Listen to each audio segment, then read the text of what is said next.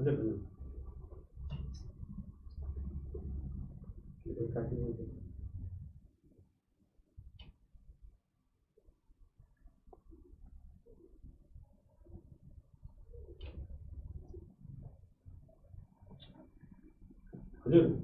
हजुर हजुर हस् हस्। नमस्कार। नेपाल सरकार स्वास्थ्य तथा जनसङ्ख्या मन्त्रालयको कोभिड-19 सम्बन्धी नियमित प्रेस ब्रिफिङमा स्वागत छ। म प्राध्यापक डाक्टर जागेश्वर गौतम। हामी हरेक दिन जस्तै आज पनि नेपालमा कोभिड-19 को राष्ट्रिय अद्यावधिक विवरण नेशनल अपडेटका साथ उपस्थित भएका छौँ।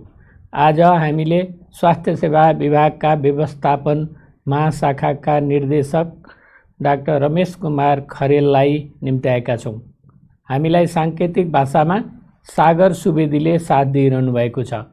आज देशभरि जम्मा सक्रिय सङ्क्रमितहरूको सङ्ख्या 7201 र प्रदेश अनुसार सक्रिय सङ्क्रमितहरूको सङ्ख्या प्रदेश 1 मा 539, प्रदेश 2 मा 3347, बागमती प्रदेशमा 1352, गण्डकी प्रदेशमा 224, प्रदेश 5 मा 646, कर्णाली प्रदेशमा 197 र सुदूरपश्चिम प्रदेशमा 896 जना हुनुहुन्छ।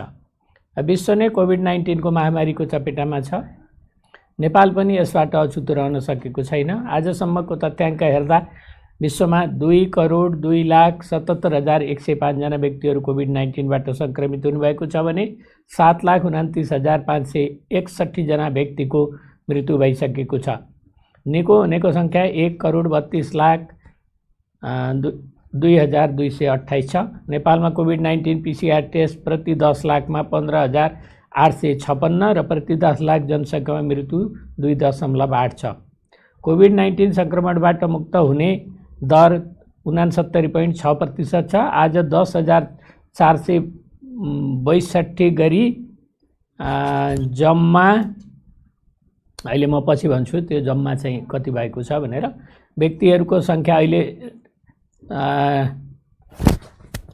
कोभिड-19 बाट सङ्क्रमण मुक्त भई गत 24 घण्टामा डिस्चार्ज हुनुहुनेहरूमा जम्मा 171 जना हुनुहुन्छ र आजसम्म डिस्चार्ज हुनेको सङ्ख्या 16,664 छ। सङ्क्रमितहरू निको भई फर्किसक्नु भएको छ। उहाँहरूको उपचार तथा हेरचाहमा अहोरात्र खटिनुभएका सम्पूर्ण चिकित्सक, नर्सेज, स्वास्थ्यकर्मी तथा अन्य सहयोगी शुभेच्छुकहरूलाई हार्दिक धन्यवाद दिन चाहन्छु।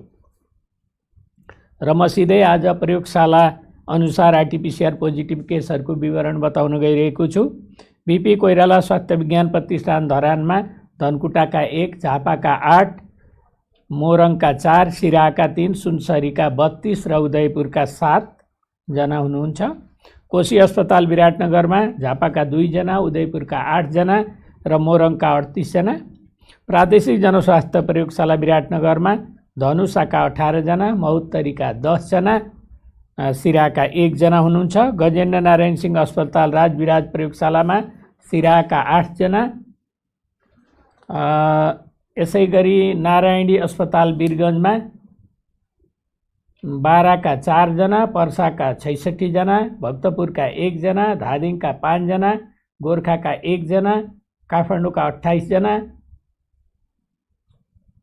सरी, यसलाई माफ गर्नुहोस्, म फेरि यसलाई दोहोऱ्याएर भन्न चाहन्छु। गजेन्द्र नारायण सिंह अस्पताल राजविराज प्रयोगशालामा सिराहाका 8 जना र सप्तरीका 11 जना हुनुहुन्छ। नारायणी अस्पताल वीरगञ्जमा बाराका 4 जना र पर्साका 66 जना हुनुहुन्छ। राष्ट्रिय जनस्वास्थ्य प्रयोगशाला टेकुमा भक्तपुरका 4 जना, धादिङका 5 जना, गोर्खाका 1 जना, काठमाडौँका 28 जना, ललितपुरका 1 जना, नुवाकोटका 2 जना र सर्लाहीका 34 जना हुनुहुन्छ। शुक्रराज ट्रपिकल तथा सरुवा रोग अस्पताल टेकुमा बाराका 4 जना, भक्तपुरका 2 जना, दाङका 1 जना, काठमाडौँका 20 जना, पर्साका 1 जना, रौतहटका 2 जना र सर्लाहीका 2 जना हुनुहुन्छ। भरतपुर अस्पताल प्रयोगशाला भरतपुरमा चितवनका 3 जना, कपिलवस्तुका 1 जना र रूपन्देहीका 9 जना हुनुहुन्छ। किटजन्य रोग अनुसन्धान तथा तालिम केन्द्र हेटौडामा बाराका 20 जना र रौतहटका 15 जना। धुलीखेल अस्पताल धुलीखेलमा काभ्रेपलाञ्चोकका 4 जना, पाटन अस्पताल ललितपुरमा धादिङका 1 जना, काठमाडौँका 8 जना, ललितपुरका 8 जना, महोत्तरीका 1 जना, मकवानपुरका 1 जना, रौतहट र सर्लाहीका 1 जना। वीर अस्पताल काठमाडौँ प्रयोगशालामा बर्दियाका 1 जना, धादिङका 1 जना, काठमाडौँका 3 जना, महोत्तरीका 1 जना, रूपन्देहीका 1 जना र सर्लाहीका 1 जना हुनुहुन्छ। त्रिभुवन विश्वविद्यालय शिक्षण अस्पताल महाराजगञ्ज प्रयोगशालामा बाँकेका 1 जना, भक्तपुरका 1 जना, दार्चुलाका 1 जना, धादिङका 3 जना, धनुषाका 4 जना, कास्कीका 1 जना, काठमाडौँका 13 जना, खोटाङका 1 जना, ललितपुरका 1 जना, नुवाकोटका 1 जना, सर्लाहीका 1 जना र पर्साका 2 जना, सिराका 1 जना र स्याङ्जाका 1 जना। नेपाल प्रहरी अस्पताल प्रयोगशालामा काठमाडौँका 5 जना, स्टार अस्पताल प्रयोगशाला सानेपामा काठमाडौँका 14 जना, ललितपुरका 1 जना र रौतहटका 1 जना। वेद प्रयोगशालामा बाराका 11 जना, काठमाडौँका 2 जना, ललितपुरका 2 जना। काठमाडौँ मेडिकल कलेज प्रयोगशालामा काठमाडौँका 2 जना। ह्याम्स हस्पिटल प्रयोगशालामा कपिलवस्तुका 1 जना, काठमाडौँका 8 जना, ललितपुरका 1 जना, पर्साका 1 जना र सर्लाहीका 1 जना हुनुहुन्छ। नेपाल कोरिया मैत्री अस्पतालमा बाँकेका 1 जना, भक्तपुरका 1 जना, धनुषाका 1 जना, काठमाडौँका 4 जना र रोल्पाका 1 जना हुनुहुन्छ। वीरेन्द्र अस्पताल प्रयोगशालामा काठमाडौँका 3 जना। प्रादेशिक क्षयरोग केन्द्र प्रयोगशाला पोखरामा कास्कीका 4 जना, बागलुङका 2 जना र तनहुँका 2 जना। नेसनल प्याथ ल्याबमा नवलपरासीका 1 जना, रूपन्देहीका 15 जना र कपिलवस्तुका 1 जना। प्रादेशिक जनस्वास्थ्य प्रयोगशाला रूपन्देहीका 6 जना, कपिलवस्तुका 2 जना र प्युठानका 10 जना।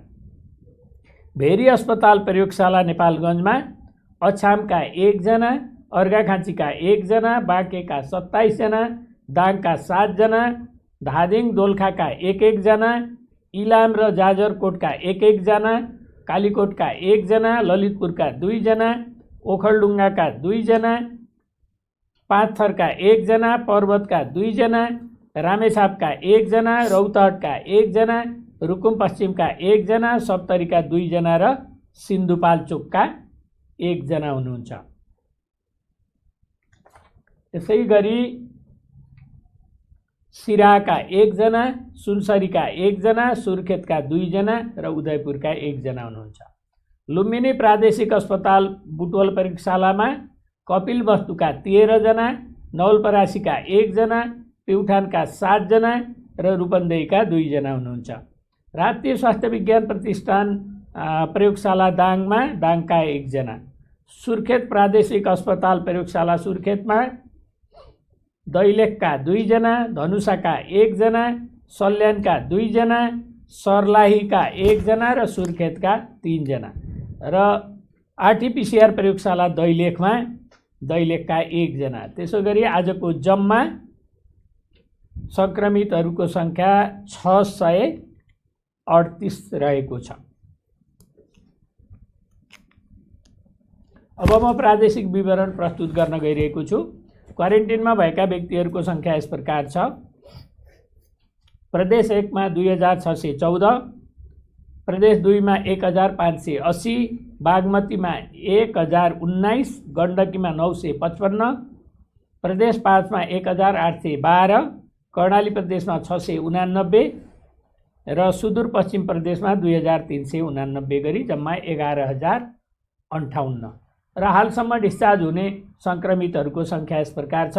प्रदेश 1 बाट 1044, प्रदेश 2 3385, बागमती 618, गण्डकी 1487, प्रदेश 5 4189, कर्णाली 1900, सुदूरपश्चिममा 4041 गरी जम्मा 16664। र कोभिड-19बाट सङ्क्रमित हुनुभएका स्वास्थ्यकर्मीहरूको जम्मा सङ्ख्या 183 छ।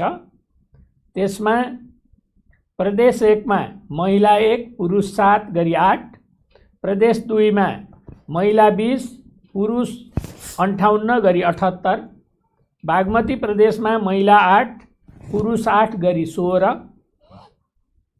गण्डकी प्रदेशमा महिला 6 पुरुष 14 गरी 20 जना, प्रदेश 5 मा महिला 6 पुरुष 6 गरी 12 जना, कर्णाली प्रदेशमा महिला 6 पुरुष 16 गरी 22 जना र सुदूरपश्चिम प्रदेशमा महिला 13 पुरुष 14 गरी 27 जना। महिला जम्मा 60 जना, पुरुष जम्मा 123 जना गरी 183 जना हुनुहुन्छ। जिल्लागत 500 भन्दा माथि उपचारमा सक्रिय सङ्क्रमितहरू रहेको जिल्लाहरू 4 वटा छन्: पर्सा, रौतहट, महोत्तरी र काठमाडौँ। सङ्क्रमितहरू शून्य भएका जिल्ला 6 वटा छन्: सोलुखुम्बु, सङ्खुवासभा, मनाङ, मुस्ताङ, डोल्पा र हुम्ला।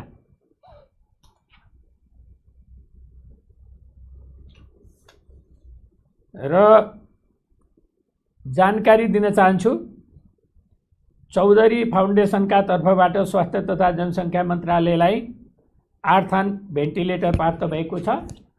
उक्त सहयोगले कोभिड-19 का जटिल बिरामीहरूको उपचार सेवामा मद्दत पुग्ने हुँदा सहयोगी संस्थालाई स्वास्थ्य तथा जनसङ्ख्या मन्त्रालयको तर्फबाट हार्दिक धन्यवाद दिन चाहन्छु। नेपाल सरकारले कोभिड-19 सङ्क्रमितको मृत्यु पश्चात सुरक्षित तवरबाट शव व्यवस्थापनका लागि मापदण्ड बनाई शव व्यवस्थापन गर्दै आइरहेको छ। यसरी शव व्यवस्थापनमा कहीँ कतै बेला बेलामा अवरोध गरेको पाइएको हुँदा शव व्यवस्थापनमा समस्या एवं कहीँ कसैले बाधा अवरोध गरेमा टोल फ्री नम्बर 1144 1140 मा सम्पर्क गर्नुहुन अनुरोध छ। र हाम्रो अनुरोध पनि छ, नेपालमा कोभिड-19 का बिरामीहरूको सङ्क्रमण दैनिक रूपमा वृद्धि भइरहेको छ।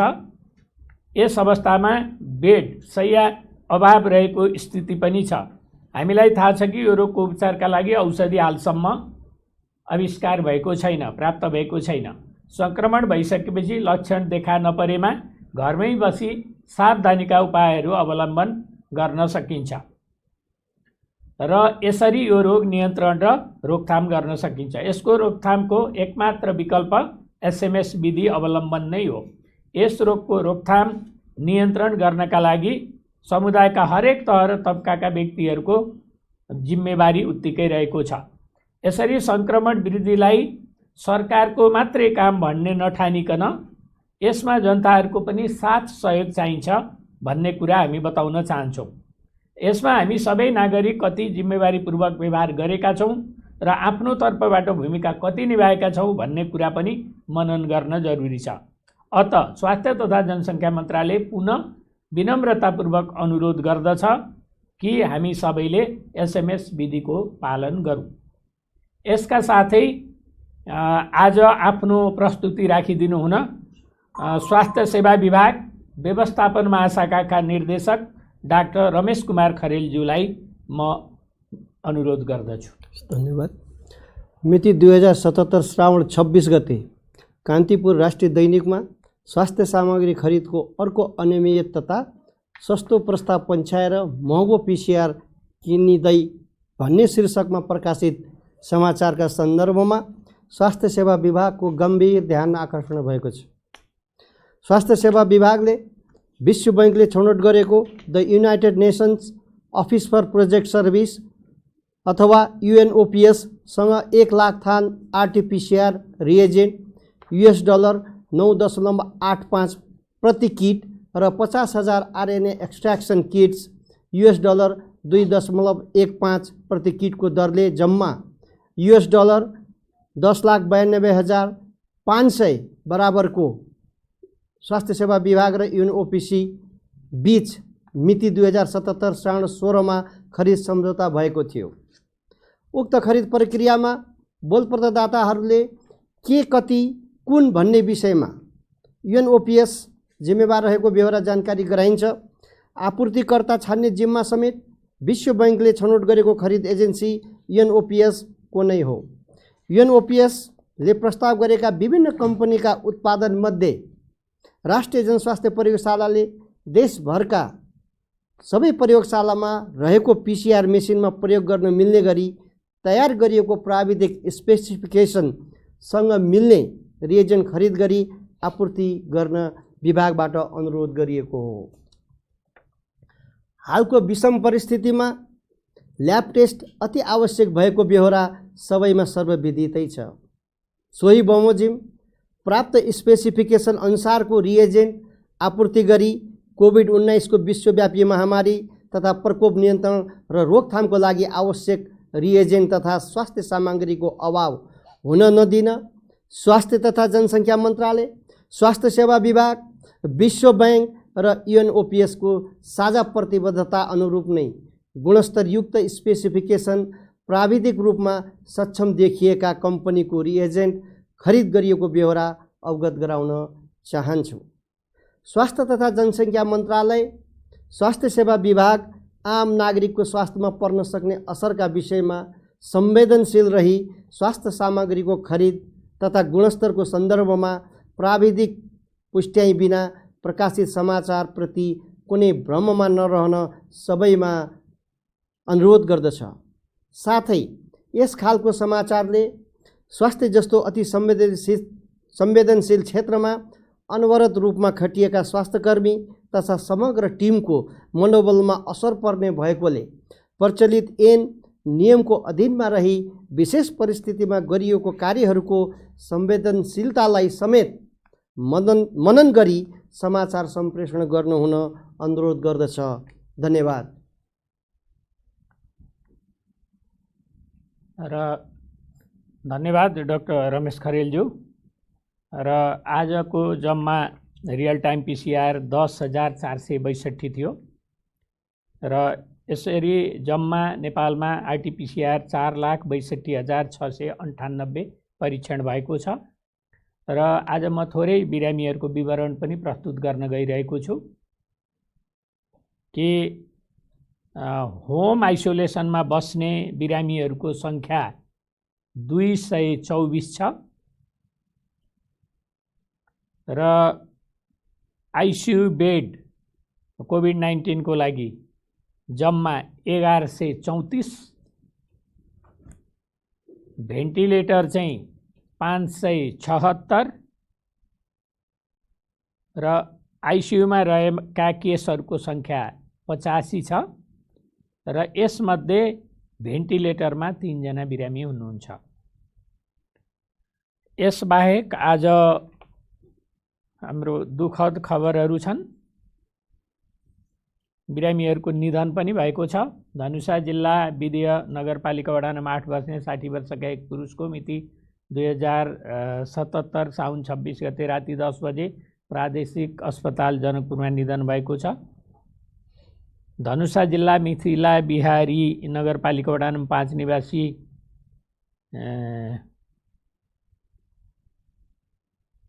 क्यान्सर अस्पताल जनकपुरमा काम गर्ने वर्ष 50 का एक पुरुषको 77 साउन 25 गते दुःखद निधन भएको छ। काभ्रे जिल्ला 5 खाल नगरपालिका वडा नम्बर 1 निवासी 50 वर्षीय एक महिलाको मिति 2077 साउन 27 गते किस्ट मेडिकल कलेज शिक्षण अस्पताल ललितपुरमा दुःखद निधन भएको छ। सिन्धुपाल्चोक जिल्ला 12 वर्षीय नगरपालिका वडा नम्बर 4 निवासी 84 वर्षका एक पुरुषको मिति 2077 साउन 22 गते मनमोहन कार्डियोभास्कुलर तथा ट्रान्सप्लान्ट सेन्टर शिक्षण अस्पताल महाराजगञ्जमा दुःखद निधन भएको छ र यसरी निधन हुनेहरूको सङ्ख्या जम्मा 83 पुगेको छ। निधन हुनेहरूको चिर शान्तिको लागि मन्त्रालय हार्दिक संवेदना प्रकट गर्दछ। यसका साथै आजको यो कोभिड-19 को नेशनल अपडेट यही सकिन्छ। धन्यवाद, नमस्कार।